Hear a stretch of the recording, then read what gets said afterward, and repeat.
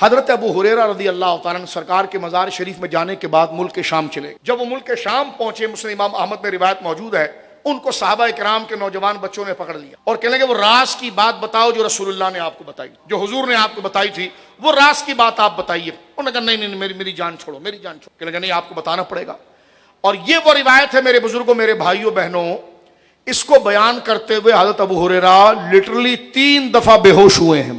یہ ڈھونگی پیر کی بات نہیں کر رہا ہوں، میں کامل صحابی کی بات کر رہا ہوں. بات اتنی سیریس اور بھیانک ہے کہ جس کو بیان کرتے وہ 3 دفعہ بے ہوش ہوئے ہیں. اور بے ہوش بندہ کب ہوتا ہے؟ جب بالکل ڈر جائے، نروس ہو جائے اور گر جائے.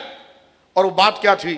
حضرت ابو ہریرہ کو جب صحابہ کی ان بچوں نے، ان لوگوں نے کہا کہ آپ وہ روایت بتائیے جس میں نے عرض کیا مسلم امام احمد میں ہے کہ 3 دفعہ حضرت ابو ہریرہ بے ہوش ہوئے. اب دیکھیں آپ اپنے سراؤنڈنگ میں، اپنے ماحول میں دیکھیے کیسے لوگ ہیں جن پر ماحول کھڑا ہوتا ہے. وہ 3 قسم کے لوگ ہیں، یا تو علم والا ہوگا، یا تو مالدار ہوگا، یا وہ گویا کہ طاقتور ہوگا جو اپنے ماحول کو بچائے. یعنی عالم، مالدار اور مجاہد. ان تینوں کے بارے میں رسول اللہ نے کیا کہا میرے بھائی اور بہنیں غور کریں. حضرت ابو ہریرہ کہتے ہیں کہ سب سے پہلے میدان محشر میں ایک قرآن پڑھنے والے قاری اور عالم کو بلایا جائے، جبکہ ان کی شان عظمت یہ کہ ان کے صدقے لاکھوں لوگ بخشے جائیں گے. لیکن ان میں سے ایک بندہ ہے کہ جو پڑھے گا قرآن لیکن حصہ کچھ نہیں مل رہا، اس کو کر رہا تقریر ہے لیکن حصہ کچھ نہیں مل رہا، کتابیں لکھ رہا ہے لیکن اجر کوئی نہیں مل رہا، نصیحت کر رہا ہے لیکن اجر کوئی نہیں مل رہا. العیاذ باللہ. کلمہ پڑھ لیجئے ایک دفعہ، لا الہ الا اللہ محمد رسول اللہ.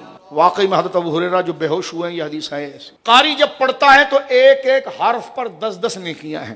جو بچہ حافظ قرآن ہوا اپنے ماں باپ کو جنت میں لے جائے. جس عالم دین اور قاری کے ہاتھ میں کسی نے ہاتھ دیا خدا اس کو بخش دے گا. لیکن یہ کیسا قاری اور عالم ہے جس کو اس میں سے کچھ بھی نہیں ملا؟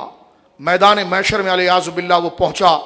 اب آ کر کھڑا کیا گیا، رب نے اسے دیکھا بھی نہیں، فرمایا اٹھا کے جہنم میں پھینکو اس کو. اس نے کہا یا اللہ میں تو پوری زندگی تبلیغ میں رہا، دین کی نصیحت کرتا رہا، اور مجھے آج یہ حصہ مل رہا ہے کہ مجھے اٹھا کے جہنم میں پھینکا جائے. تو حضور سید عالم فرماتے ہیں کہ اللہ نے اس سے کہا کہ تجھے تیرا اجر تو مل گیا. کس نے تجھے کہا کہ تجھے اجر نہیں ملا؟ اجر مل گیا، کیونکہ تو نے نیکی جن لوگوں کے لیے کی تھی نا، کہ لوگ تجھے بہت اچھی آواز والا کہیں، بہت علم والا کہیں، بہت واہ واہ کرنے والا کہیں، تو وہ تو لوگوں نے دنیا میں تجھے کہہ دیا. تو نے کبھی میرے لیے پڑھا ہی نہیں تھا کہ یہ کام میرے رب کو پسند ہے، اس نیت سے کبھی کیا ہی نہیں تھا. یہ باتیں میرے رب کو پسند ہے، کیا ہی نہیں تھا. تو جن کے لیے کیا تھا وہ تجھ پر نثار بھی ہوئے اور تجھے بدلہ بھی دیا. تو تجھے کس نے کہا کہ تجھے اس کام کا اجر نہیں ملا؟ اجر تو نے دنیا کے لیے رکھا تھا، مل گیا. آخرت کے لیے تو نے میرے لیے کچھ نہیں لایا، اٹھا کے جہنم میں پھینک دیا. حضرت ابو ہریرہ نے یہ کہا تو دھڑام سے زمین پہ ان لوگوں نے آپ کے چہرے کے اوپر پانی کے چھینٹے مارے. آپ بیدار ہوئے. کہنے لگے آگے حضور نے کیا کہا؟ فرما اگر علم چھپانا عذاب نہ ہوتا تو یہ بتاتا ہی نہیں. فرما پھر بلایا جائے گا ایک مالدار کو جس نے سحریاں کھلائیں، جو سحری کھلائے جنت میں جائے گا. حضور نے فرمایا ہے صلی اللہ علیہ وسلم جس نے افطاری کھلائی کسی کو پیٹ بھر، خدا اس کو جنت دے گا، جہنم سے آزاد کرے گا. ایک غریب صحابی کہنے لگے حضور میرے پاس اتنا پیسہ تو نہیں ہے یا رسول اللہ. فرمایا ایک گھونٹ پانی پلا سکتا ہے؟ کہاں؟ کہ تجھے بھی مل جائے گا. فرمایا اپنے مزدوروں کے ساتھ، جیسے گھر میں ماسیاں کام کرتی ہیں، ان سے بھی بھلائی کر لیں تھوڑی سی. فرمایا اگر اپنے ماتحت کے ساتھ رمضان کے مہینے میں تھوڑا ریلیف دے دیا تو کیا ہوگا؟ فرمایا جہنم سے بری ہے.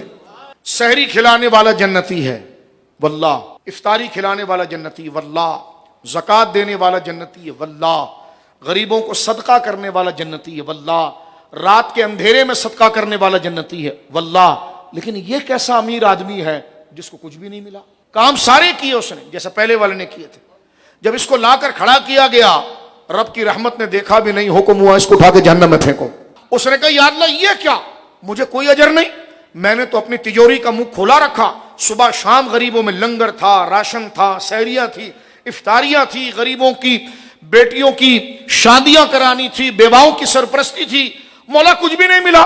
فرمایا کس نے نہیں دیا تجھے؟ ملا، کیونکہ جس نیت سے تو کر رہا تھا کہ لوگ تجھے سخی، بادشاہ اور مہان کہیں اور تیرے دروازے کے آگے کھڑے رہیں تاکہ پورے محلے میں تیری واہ واہ ہو کہ سیٹھ صاحب نے جمع تو 9 بجے کیا ہے، راشن 1 بجے بانٹیں گے، تاکہ کچھ ہلا گلا تو محلے کے اندر ہو.